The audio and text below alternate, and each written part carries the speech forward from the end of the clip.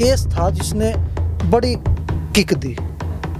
एक मध्य प्रदेश की गुड़िया थी यशस्वी 14-15 साल की, उसको ब्लड कैंसर था। वो एम्स दिल्ली में अपना ट्रीटमेंट करा रही थी। बाप था नहीं सर पे, विधवा माँ उसकी कैंसर से 3 साल हो गए थे फाइट करते हुए। अपना घर बार बर्तन तक बेच के वो एम्स दिल्ली में उसका ट्रीटमेंट कर रहा था। हेपेटाइटिस बी, क्योंकि हेपेटाइटिस बी इतनी बड़ी नामुराद बीमारी है भाई कि इसके सामने HIV फेल है।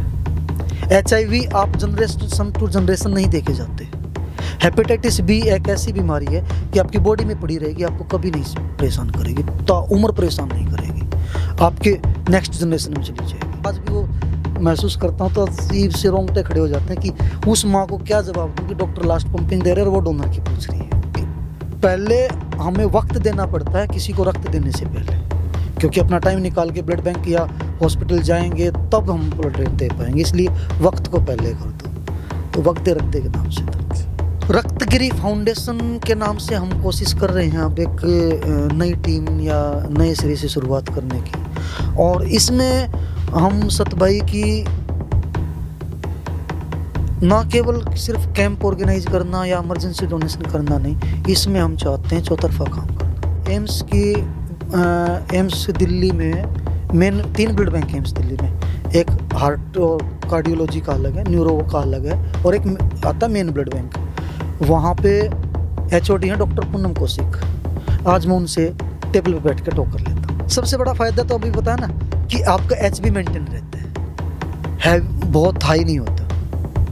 तो आपको 80 to 90% heart attack, brain haemorrhage, paralysis, लकवा, इस तरह की बीमारियों के चांसेस ख़त्म हो जाते हैं। इस टेस्टिंग भी 4 से 5 मतलब 2 स्टैंडर्डाइज्ड हैं, एक जनरेशन अलग अलग है। एलाइजा स्टैंडर्ड एक, तो उसमें अभी हम हरियाणा में 3rd जनरेशन यूज़ कर रहे हैं। दिल्ली में कुछ प्राइवेट ब्लड बैंक है जो 5th जनरेशन यूज़ कर रहे हैं। दूसरा आता है कैमी, और तीसरा होता है नेट सबसे एडवांस्ड स्टैंडर्ड है जिसके अकॉर्डिंग किसी ब्लड की टेस्टिंग की जाती है। भगवान की दया ही कहूँगा कि मुझे मौका मिला, सौभाग्य था मेरा कि मैं ब्लड का हर कंपोनेंट डोनेट कर चुका हूँ अब तक।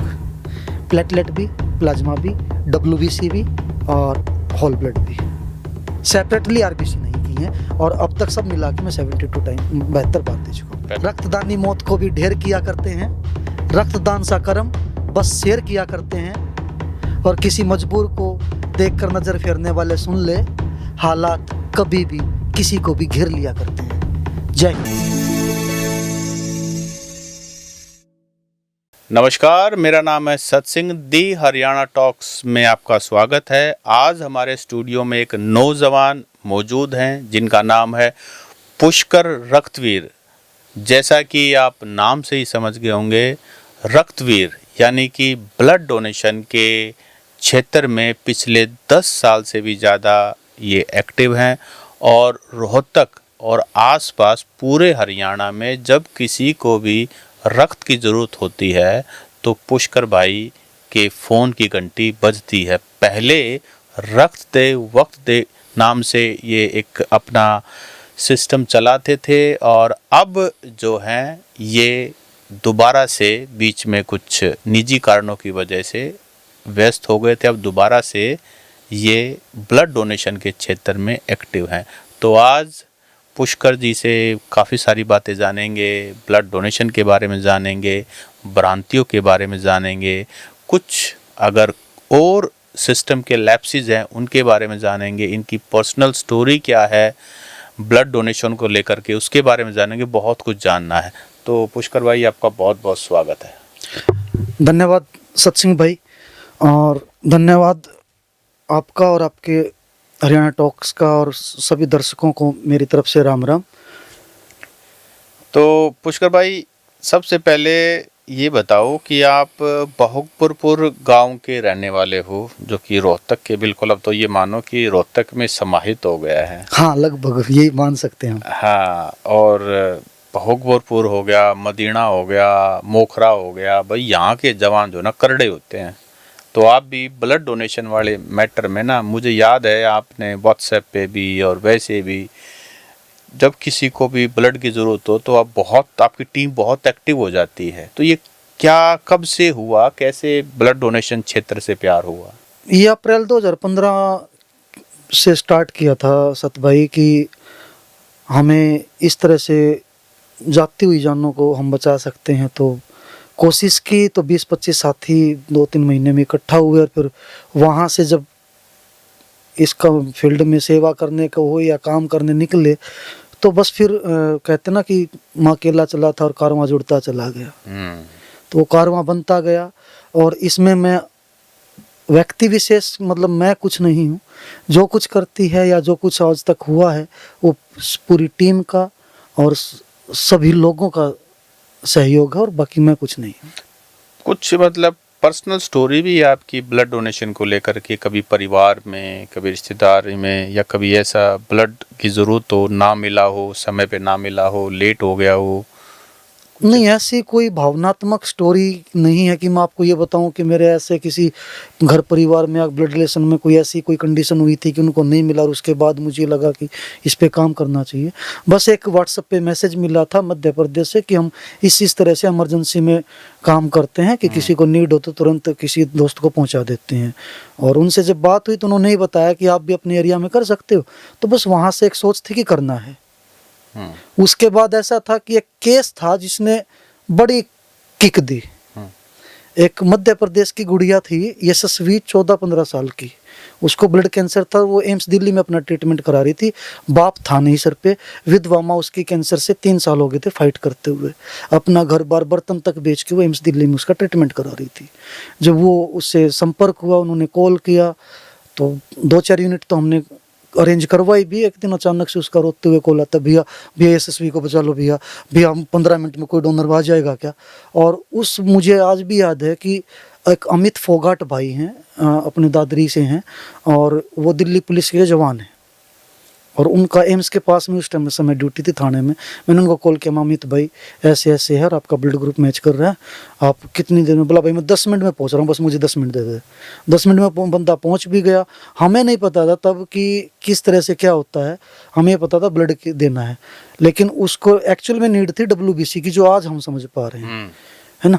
WBC की नीड थी, तो उसे वो गया, उसने जाके डॉक्टर से संपर्क किया, ब्लड बैंक में गया, तो उसको बताएगा कि पहले आपका सैंपल लिया जाएगा, सैंपल की रिपोर्ट आएगी, रिपोर्ट आने के बाद आपको एक इंजेक्शन लगेगा। WBC देने के लिए डोनर को एक इंजेक्शन लेना पड़ता है, जिसे बोला जाता है GCSF, ग्रेनुलोसाइट को वो क्या करता है कि बढ़ा देता है बॉडी में एक सर्टेन टाइम के लिए, और 12 घंटे के बाद उसका डोनेशन स्टार्ट होता है। तो सुबह डोनेशन हो पाएगा आपका। उसका कॉल आया, क्योंकि पता हमें भी नहीं था। बोला भाई इस तरह से इंजेक्शन देने की। मैं कह रहा इंजेक्शन कौन सा? फिर मैं कहा कोई नहीं, आप एक काम करो, सैंपल दे के निकलो, तब तक मैं पता करता हूँ क्या इंजेक्शन है, किस तरह से है, और पीछे मत हटना, हम करेंगे। लेकिन मैं जब ड्यूटी से निकलने लगा तो उसका दोबारा कॉल आया, उस गुड़िया की मम्मा का, कि भैया मिल जाएगा ना, आ गया ना। मैंने उनको बताया भी, लेकिन उनकी जो अंदर से वेदना ऐसी थी कि मैं खुद को नहीं रोक पाया। मैं कहा दीदी मैं पहुँच रहा हूँ आपके पास, और मैं जाके क्या देखता हूँ कि 3-4 उनके रिश्तेदार जो दूर दराज के थे, ग्वालियर की थी वो गुड़िया, वो थे, वो लेडीज थी, और डॉक्टर उस गुड़िया को लास्ट पंपिंग दे रहे थे, जो हार्ट प्रेस करके कुछ बचाओ, हाँ कुछ मतलब लास्ट अगर सांस दोबारा से आ ही जाए। तो वो जो सीन था, उधर उसकी माँ थी, वो गले लग के भैया भैया सुबह डोनर आ जाए ना। मेरा समझ नहीं पा रहा था सच में, मतलब आज भी वो महसूस करता हूँ तो अजीब से रोंगटे खड़े हो जाते हैं कि उस माँ को क्या जवाब दूं कि डॉक्टर लास्ट पंपिंग दे रहे हैं और वो डोनर की पूछ रही है। बस उस केस के बाद से ये लगा कि नहीं, एक यशस्वी ठीक है, हमने भगवान की जो भी की ज़िंदगी लेने वाला और देने वाला तो वो है, लेकिन वो एक यशस्वी गई, हमें पता नहीं कितनी यशस्वी को फीड देना है। रक्त दे का जन्म वहीं से हुआ। वक्त दे तो खैर उससे पहले अप्रैल 2015 में ही हमने जब 20-25 दोस्त गोवाना में इकट्ठे हुए थे, वहीं से हमने उसका नाम वक्त दे रक्त दे रखा था। हालांकि उससे पहले व्हाट्सएप का ग्रुप का नाम तो मैंने रख दे वक्त दे था, लेकिन फिर किसी दोस्त ने ही, मेरे गांव के एक दोस्त ने सजेस्ट किया था कि पहले हमें वक्त देना पड़ता है किसी को रक्त देने से पहले, क्योंकि अपना टाइम निकाल के ब्लड बैंक या हॉस्पिटल जाएंगे तब हम ब्लड दे पाएंगे, इसलिए वक्त को पहले कर दो। तो वक्त दे रख दे के नाम से था। तो वक्त दे रख दे को एक तरह से एक डेस्टिनेशन मिल गई कि हमें लोगों की सेवा करनी। यस, क्योंकि कोई ना कोई एक्सपीरियंस किसी भी माध्यम से हो, उससे वो एक किक थी जो लगभग हमारी पूरी टीम के लिए थी, क्योंकि 4-5 यूनिट तो हम ऑलरेडी मतलब दोस्तों में जा ही चुके थे, और उसके बावजूद जब ऐसा लगा कि डोनर भी खड़ा है, सब कुछ खड़ा है, लेकिन कुछ नहीं कर पाए। तो उस समय आपको ब्लड डोनेशन के बारे में कितनी नॉलेज थी और आज 10 साल बाद कितना इजाफा हुआ उसमें? उस समय तो सिर्फ ये पता था भैया कि बेड पे जाके लेट जाना, डॉक्टर निकाल लेंगे। और आज मतलब आप इसको किस तरह से लोगे मुझे नहीं पता। एम्स दिल्ली में मेन 3 ब्लड बैंक है एम्स दिल्ली में। एक हार्ट और कार्डियोलॉजी का अलग है, न्यूरो का अलग है, और एक आता मेन ब्लड बैंक। वहाँ पे HOD हैं डॉक्टर पूनम कौशिक। आज मैं उनसे टेबल पे बैठ के टॉक कर लेता हूँ, टेक्निकली टॉक कर लेता हूँ, क्या हो रहा है, कैसे हो रहा है, कौन सा टेस्ट होना है, क्या करना है, डोनर के साथ क्या होगा, क्यों होगा, इसके लैप्सेस क्या होंगे अगर हम ऐसा कर दें या ऐसा हो जाए, या गाइडलाइंस क्या हैं, गवर्नमेंट की कौन सी ऑथराइजेशन गाइडलाइन प्रोवाइड करती है, उन गाइडलाइंस के पीछे का रीजंस, मतलब बहुत कुछ। मैं ये तो नहीं कहता मैं डॉक्टर बन गया, लेकिन हाँ मतलब जितना एक इंसान को जानना चाहिए उससे कहीं ना कहीं ऊपर ही है। तो जैसे ही हम ब्लड डोनेशन करते हैं, एक हमारा खून निकाल लिया जाता है, ब्लड कलेक्ट हो जाता है एक बैग के अंदर, इतना ही पेशेंट को पता है। उसके बाद उसको रिफ्रेशमेंट मिलती है, वो अपने घर चला जाता है। हाँ, डोनर को उसके बाद क्या होता है? उसके बाद क्या होता है, जब पहले तो देखो देने से पहले 2 टेस्ट तो डोनर के होते हैं। एक BP टेस्ट करते हैं, एक वेट टेस्ट करते हैं, है ना। ये 2 टेस्ट होते हैं। उसके बाद उसका ले लिया जाता है। उसके बाद वो अपना किसी भी कैंप में लगा लो या डायरेक्ट ब्लड बैंक में जाके दे रहा तो ब्लड बैंक में उसको एक स्टोर कर लिया जाता है। स्टोर करने के बाद क्या है कि जब एक अगर कैंप में है तो कैंप में तो कम से कम 25-30-50 यूनिट तो नॉर्मली चली जाती हैं, और ब्लड बैंक में तो 25-30 यूनिट का वेट किया जाता है जब तक 25-30 ना हो जाए। तो उन सभी से सैंपल्स लेके उन सैंपल्स को टेस्टिंग पे लगाया जाता है। किस चीज़ का टेस्ट होता है? ये भी टेस्टिंग भी 4 से 5 मतलब 2 स्टैंडर्डाइज्ड हैं, एक जनरेशन अलग अलग है। एलाइजा स्टैंडर्ड एक, तो उसमें अभी हम हरियाणा में 3rd जनरेशन यूज कर रहे हैं।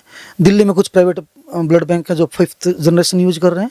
दूसरा आता है कैमी, और तीसरा होता है नेट सबसे एडवांस्ड स्टैंडर्ड है जिसके अकॉर्डिंग किसी ब्लड की टेस्टिंग की जाती है। इसमें मात्र 5 बीमारियां चेक होती हैं। हेपेटाइटिस बी, काला पीलिया, हेपेटाइटिस सी, काला या सफ़ेद पीलिया जिसको बोलते हैं, हेपेटाइटिस बी, सी, VDRL सिफिलिस, ये भी एक सेक्सुअल ट्रांसमिटेड डिजीज है, लोगों को कम पता होगा इसके बारे में, HIV, मलेरिया, ये 5 टेस्ट होते हैं। उसके अलावा ब्लड ग्रुपिंग और क्रॉस मैचिंग पेशेंट के ब्लड के साथ होती है। जी, तो जो डोनर जिस समय अपना ब्लड दे रहा होता है और ये टेस्ट उसके होते हैं, तो ये जो रिपोर्ट होती है जिस उसी समय की होती है, कुछ गैप होता है? नहीं, अभी जिस समय आपने दिया है ना उस समय तो आपका सैंपल लेंगे वो, उसको ब्लड बैंक में उसके बाद टेस्ट लगाएंगे। अगर कोई प्रॉब्लम निकलती है, मान लो कोई VDRL ही पॉजिटिव आ गया हो, या हेपेटाइटिस बी, क्योंकि हेपेटाइटिस बी इतनी बड़ी नामुराद बीमारी है भाई कि इसके सामने HIV फेल है। HIV आप जनरेशन टू जनरेशन नहीं देखे जाते। हेपेटाइटिस बी एक ऐसी बीमारी है कि आपकी बॉडी में पड़ी रहेगी, आपको कभी नहीं परेशान करेगी, ताउम्र परेशान नहीं करेगी, आपके नेक्स्ट जनरेशन में चली जाएगी। उनको ताउम्र परेशान नहीं करेगी, उनको पता भी नहीं चलेगा, नेक्स्ट जनरेशन में चले जाएगी। जैसे ही उसको अपने अनुरूप बॉडी में थोड़ा सा भी माहौल मिलेगा वैसे ही उभर जाएगी, और आपकी लीवर, पहला अटैक लीवर पे, और लीवर 80 से 90% खत्म।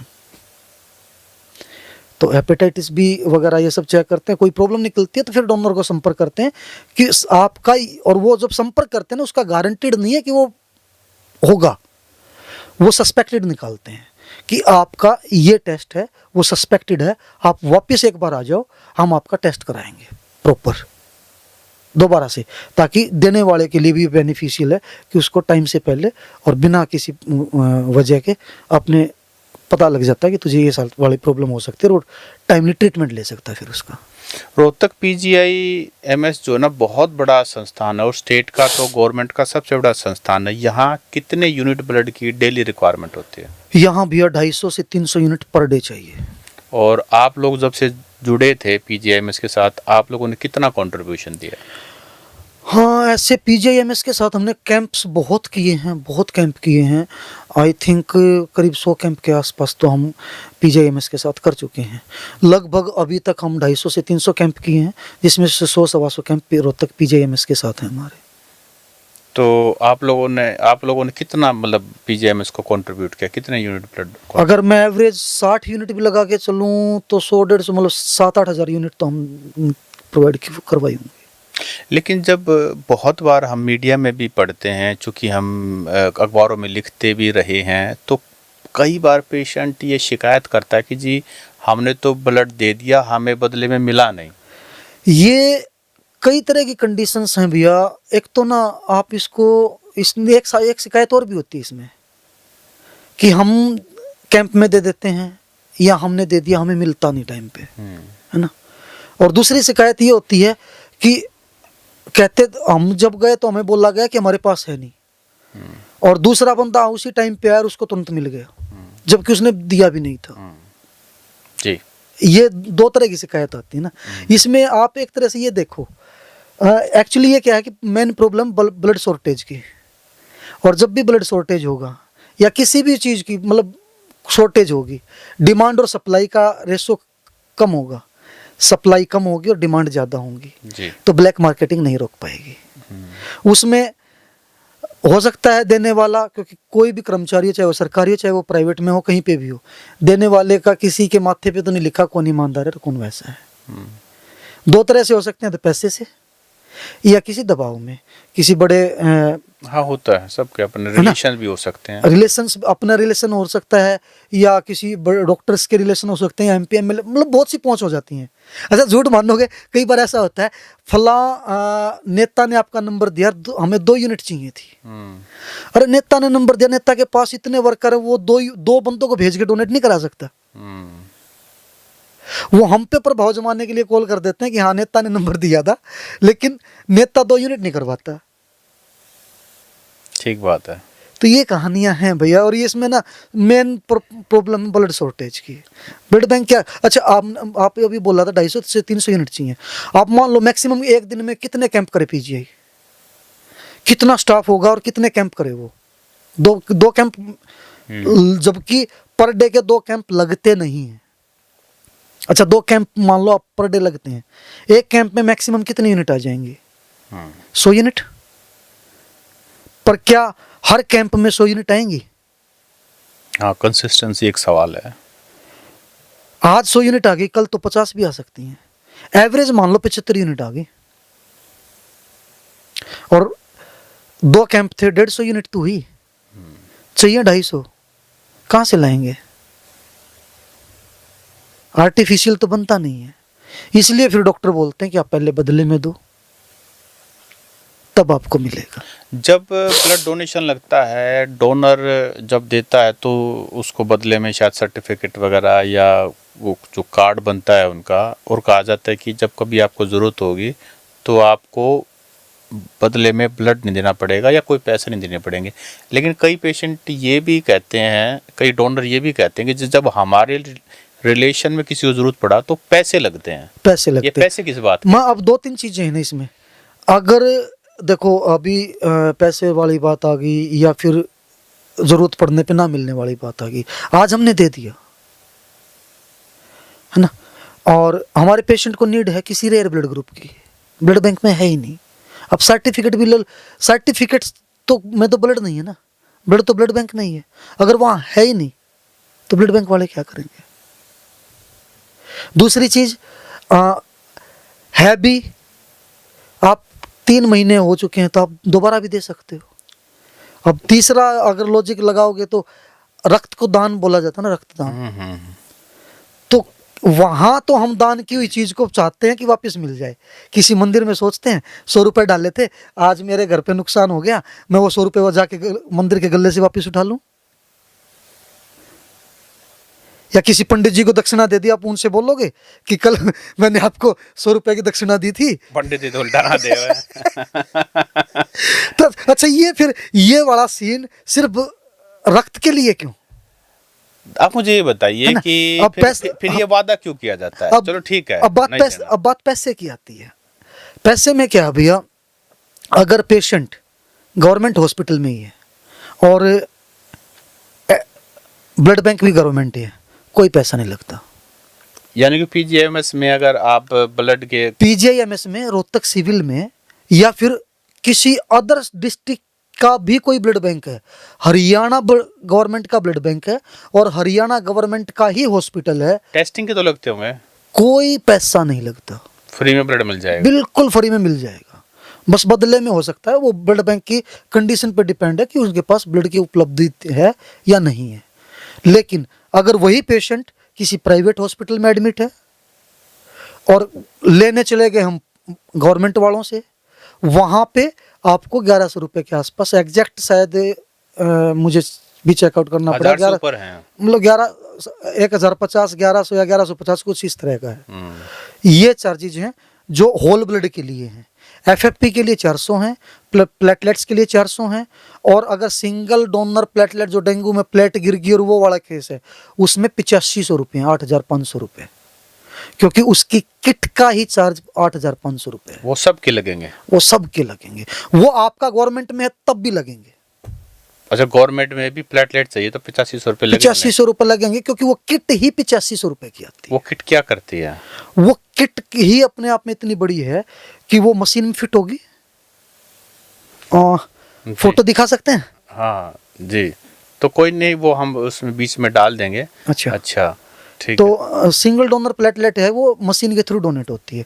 वो किट मशीन में फिट होगी, उसमें 4-5 बैग होंगे। ठीक है। उसमें होता है क्या कि डोनर को निडल लगाई, डोनर से ब्लड निकला, बहुत सारी पाइप्स हैं, उन पाइप्स में ब्लड घूमेगा आपका। अगर मैकेनिकल लेवल पे जाओ तो उस ब्लड को हाई सेंट्रीफ्यूगल फोर्स पे रोटेट किया जाता है।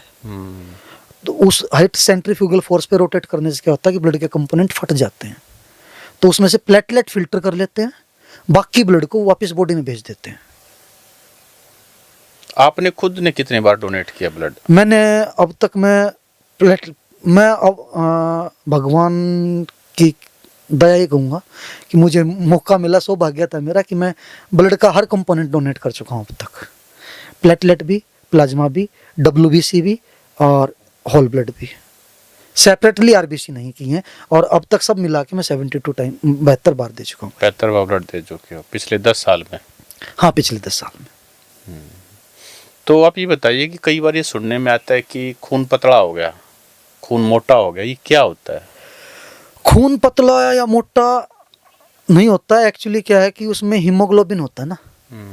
हीमोग्लोबिन, हिम होता है आयरन को बोलते हैं और ग्लोबिन प्रोटीन को बोलते हैं। कभी भी आपका HB कम आएगा तो डॉक्टर आपको बोलता है कि आप हरे पत्तेदार सब्जियां खाइए, दाल खाइए, दाल में प्रोटीन होगा और हरे में चीज़ में आयरन होगा। वो आपके HB को लेवल को, एप्पल खाइए, एप्पल में बहुत आयरन होता है, वो आपके HB का लेवल है। और HB भी अगर एक लिमिट से ज़्यादा हो गया तो आपके शरीर में वो ब्लॉकेज का कारण बनेगा, यानी कि हार्ट अटैक हो सकता है, पैरालिसिस हो सकता है, ब्रेन हेमरेज हो सकता है, या लकवा हो सकता है। मतलब अगर ज़्यादा गाढ़ा मतलब HB ज़्यादा होगा तो जिस नस में वो ब्लॉक करेगा उससे अगर उसका ब्लड का फ्लो रुक जाएगा, और फ्लो रुक गया, हाथ में रुक गया तो हाथ काम करना बंद, या पार्शियली ब्लॉक हुआ है तो कम ब्लड जा रहा है तो पेन करेगा। ब्रेन में अगर थक्का जम गया तो ब्रेन हेमरेज, हार्ट के किसी वॉल में जम गया तो हार्ट अटैक। तो ब्लड डोनेशन के फायदे क्या क्या है? सबसे बड़ा फायदा तो अभी बताया ना कि आपका HB मेंटेन रहता है, बहुत हाई नहीं होता, तो आपको 80 to 90% heart attack, brain haemorrhage, paralysis, लकवा, इस तरह की बीमारियों के चांसेस खत्म हो जाते हैं। लेकिन डॉक्टर तो ये चीज़ रूटीन में बताते नहीं है कि आप अगर रेगुलर ब्लड डोनेट करते रहें तो आपको ये फायदे हैं। डॉक्टर इसमें ना कई सारी चीज़ें भी है, अभी जिनकी जिम्मेवारी है ना वो शायद जिम्मेवारियां निभा नहीं रहे हैं। उसमें हम गवर्नमेंट से लेके और नीचे ब्लड बैंक्स, और इवन तो एक बहुत बड़ी संस्था बनी थी जिसको अब गवर्नमेंट से टेक ओवर है, रेड क्रॉस जिसको बोलते हैं। रेड क्रॉस एक्चुअली मेन तो उन्हीं का काम था ये। आज भी अगर कागजों में नाको, नेशनल एड्स कंट्रोल ऑर्गेनाइजेशन, या NBTC, national blood transfusion council, इनकी गाइडलाइंस में उठा के देखोगे तो किसी भी पेशेंट के लिए ब्लड अरेंज करने की रिस्पॉन्सिबिलिटी ब्लड बैंक की है। हम्म, किसी ना तो पेशेंट की फैमिली वालों की है, ना ही हमारे जैसे पागलों की है, ना किसी और की है।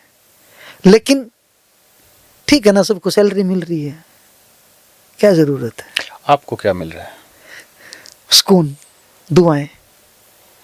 अच्छा, जब आप ब्लड डोनेशन के क्षेत्र में इतना लंबे समय से काम कर रहे हो तो सरकार की बहुत सारी अच्छी बातें और बहुत सारी ऐसे लैप्सेस भी पता लगे होंगे इस क्षेत्र में, जिस क्षेत्र में आप बात कर रहे हो।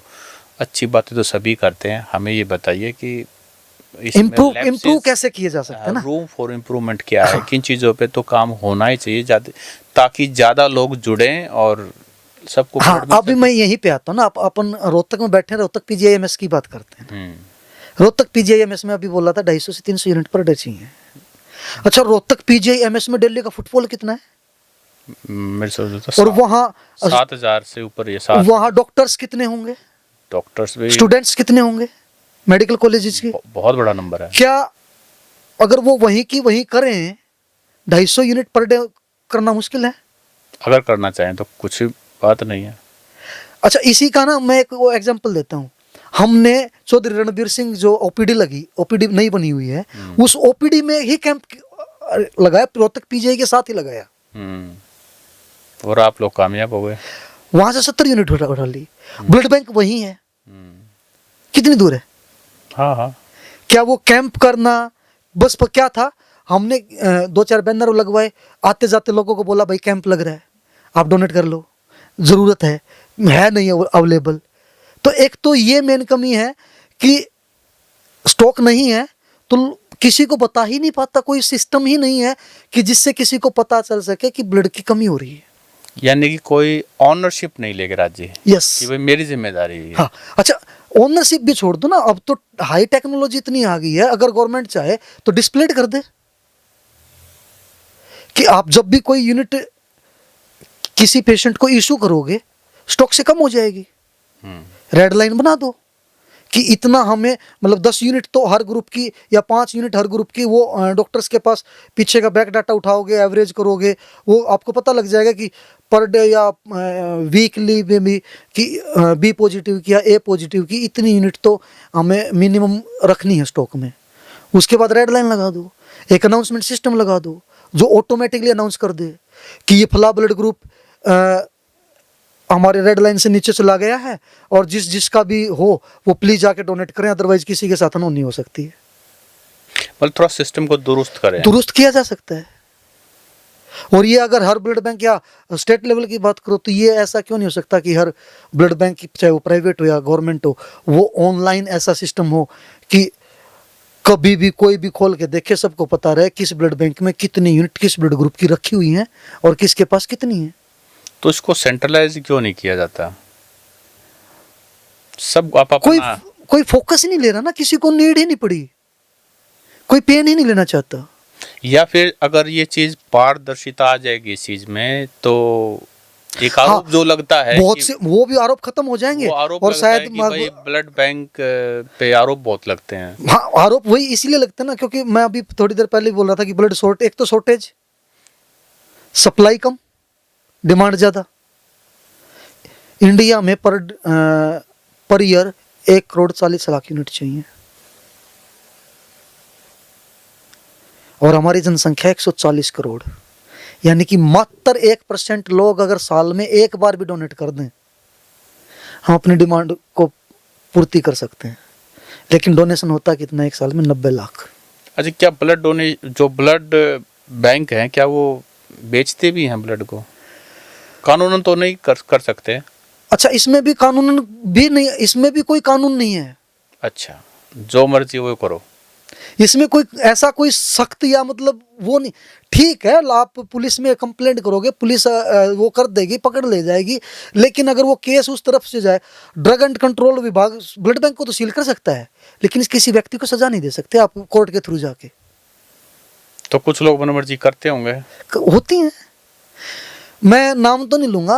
अभी जो कोविड के बाद की जो सिचुएशन थी, डेंगू आया था, लोगों को किट नहीं मिल रही थी, किट नहीं मिल रही थी, किट की इतनी शॉर्टेज थी, मारे मारे फिर रहे थे पेशेंट्स। और उसी टाइम पे प्राइवेट ब्लड बैंकों में क्या था कि सिंगल डोनर प्लेटलेट बनी रखी है जी, उठा ले जाओ। पैसे फिर उनकी मर्जी के होंगे, कागज पे कुछ दिखाना नहीं होगा। अच्छा, उसमें भी खेल था, और इसने बुरे बुरे खेल असद भाई कि आप नहीं समझोगे। कैसे बनी रखी है, एक किट में एक ही बंदा डोनेट करेगा, एक यूनिट निकलेगी, वो यूनिट निकली तो पेशेंट को चली गई। बनी कैसे रखी है, हुआ क्या, उस किट में 3-4 बैग होते हैं, एक यूनिट निकाली, डोनर उठ के चला गया, उसको हाफ हाफ किया 2 में और सलाइन मिला दिया, ग्लूकोज मिला दिया। आप देखो, मतलब पैसा अलग चीज है, आप जहर भी दे रहे हो। फिर तभी तो लोगों का शक जो है वो थोड़ा सा बढ़ वाजिब है, लेकिन उन शक के भी आप पे अगर हम डोनेट नहीं करेंगे तो भुगतेगा कौन, हम ही ना। क्योंकि ये तो साफ है भाई, ऊपर जो इतने भी बड़े लोग बैठे ना, उनको मिल जाना है। तो पुष्कर भाई, ये और बताइए, अभी आप जो नया ग्रुप खड़ा करेंगे ब्लड डोनेशन में, उसका नाम क्या है और अब वो क्या आपकी फ्यूचर प्लानिंग है? रक्तगिरी फाउंडेशन के नाम से हम कोशिश कर रहे हैं अब एक नई टीम या नए सिरे से शुरुआत करने की। और इसमें हम सतभाई की ना केवल सिर्फ कैंप ऑर्गेनाइज करना या इमरजेंसी डोनेशन करना नहीं, इसमें हम चाहते हैं चौतरफा काम करना। अभी डिमांड और सप्लाई की बात हो रही थी ना, एक तो 2 तरीके इनको इक्वल करने के, या तो आप डिमांड को कम कर दो या सप्लाई को बढ़ा दो। सप्लाई बढ़ाई जा सकती है, नहीं, डिमांड भी कम की जा सकती है। थैलेसीमिया नाम की कोई बीमारी सुनी आपने? हाँ, थैलेसीमिया बीमारी जबरदस्त, उनसे ब्लड बार बार चाहिए होता है। बार बार चाहिए नहीं, जन्म से लेकर मरने तक बच्चे को ब्लड चाहिएगा, पर मंथ चाहिएगा। जिस मंथ में ब्लड नहीं मिला उस मंथ में बच्चा खत्म। इसको जड़ से खत्म किया जा सकता है। आप पूछ रहे ना गवर्नमेंट पॉलिसीज, इसको जड़ से खत्म किया जा सकता है। आज गवर्नमेंट एक पॉलिसी लागू कर दे, एक टेस्ट मैंडेटरी कर दे, बस एक टेस्ट, कि उस टेस्ट के बिना प्रेगनेंसी या डिलीवरी नहीं होगी। नहीं, शादी नहीं, डिलीवरी ही नहीं, शादी भी छोड़ दो आप। हो सकता है उनको बेड वोट बैंक नजर आए, वो करे, ठीक है जी, शादी होगी, सब कुछ होगी ना। आप जब प्रेग्नेंट होगी महिला तो वो टेस्ट मैंडेटरी कर दो, उस समय पे वो टेस्ट हो जाए, उसके बाद से कोई थैलेसीमिया मेजर बच्चा दुनिया में पैदा नहीं होगा। तो उस क्षेत्र में भी आपकी रक्तगिरी? हाँ, अभी रिसेंटली ही रक्तगिरी के नाम से, और ये अभी ऑफलाइन थे जब भाई बात कर रहे थे, विकास मिश्रा जी की टीम, हम और आप सोशल वेलफेयर सोसाइटी के साथ, हमने शायद मैंने आपको भी एक बार बताया था कि हम नेशनल लेवल का थैलेसीमिया पे सेमिनार कर रहे हैं जी। उसमें हमने रणबीर गंगवा जी को, जो हमारे कैबिनेट मिनिस्टर, उनको इन्वाइट भी किया था, वो आए भी थे। और एक गुड़िया जो थैलेसीमिक मेजर थी, बहुत मुश्किल से हाथ पैर जोड़ के उनको मनाया कि आप एक बार सामने आओ, क्योंकि लोग बताना भी नहीं चाहते कि हमारे बच्चों को ये प्रॉब्लम है, और इस तरह से, ताकि सामाजिक बहिष्कार भी होता है। हाँ, सामाजिक भी, पूरे परिवार पे असर पड़ता है, बहुत से सारी चीजें, शादियां नहीं होती, शादियां नहीं होती, कई सारी कंसर्न्स हो जाते हैं। तो उस गुड़िया के हाथों से पुल दिलवाया, उनको बाकायदा बताया कि ये बीमारी होती कैसे है और इसको खत्म कैसे किया जा सकता है, क्योंकि ये एक ऐसी बीमारी है जो अनुवांशिक माँ बाप से ही मिलती है बच्चे को, अदरवाइज नॉर्मल नहीं होगी। तो उस क्षेत्र में भी आप, तो वो बल्कि बाकायदा माइक पे और स्टेज पे बोल के गए थे कि मैं मुख्यमंत्री के साथ बैठ के कोशिश करेंगे कि इसको मतलब टेस्ट को, लेकिन हाँ, वो सरकारी सिस्टम है, सरकारी सिस्टम में नेताओं की कहाँ याद रहती है कौन कब किस टाइम पे क्या बोल जाता है।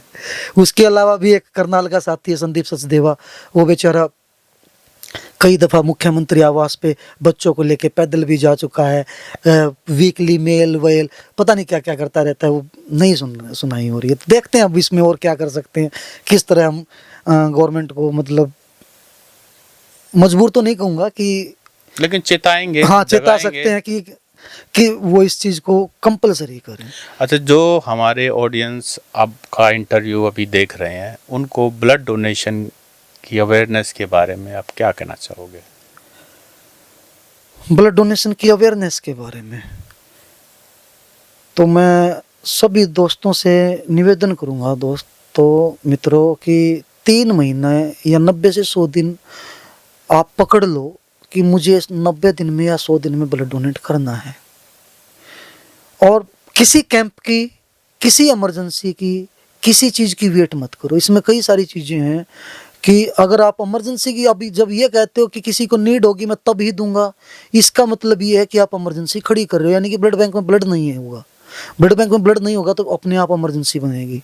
और हर बार पेशेंट के पास इतना समय नहीं होता कि आप अपने काम छोड़ के निकलोगे, घंटा 1.5 घंटा में ब्लड बैंक पहुंचोगे, डोनेट करोगे, फिर टेस्ट होगा, फिर वो क्रॉस मैच होगा, तब पेशेंट को मिलेगा। इतना पेशेंट, कई बार पेशेंट के कई एक्सीडेंटल या डिलीवरी पेशेंट्स के पास समय नहीं होता है। तो डोंट से कि हम इमरजेंसी होगी तभी करेंगे या हम कैंप में नहीं करेंगे। और ये तो दूसरी तरफ से आपकी अपने लिए बेनिफिशियल ये है कि आप heart attack, cancer, paralysis, brain haemorrhage, BP, sugar और इस तरह की कितनी ही सारी बीमारियों के चांसेस 80 से 90% ख़त्म कर देते हैं जब आप रेगुलर ब्लड डोनेट करते हैं। तो ये थे हमारे साथ पुष्कर रक्तगिरी। पुष्कर भाई बड़े युवा हैं, जुझारू हैं, लंबे समय से ब्लड डोनेशन के क्षेत्र में काम कर रहे हैं और इन्होंने ब्लड डोनेशन के फ़ायदे बताए, साथ साथ गवर्नमेंट की भी जो पॉलिसीज़ में लैप्सेस हैं उनके बारे में बताया, अपनी निजी कहानी भी बताई, टीम के बारे में बताया।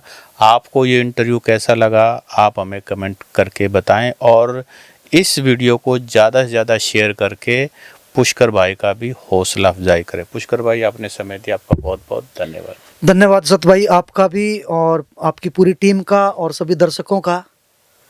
और लास्ट में फिर वही 4 पंक्तियाँ, रक्तदानी मौत को भी ढेर किया करते हैं, रक्तदान सा कर्म बस शेयर किया करते हैं, और किसी मजबूर को देखकर नज़र फेरने वाले सुन ले, हालात कभी भी किसी को भी घेर लिया करते हैं। जय हिंद, जय भारत, वंदे मातरम।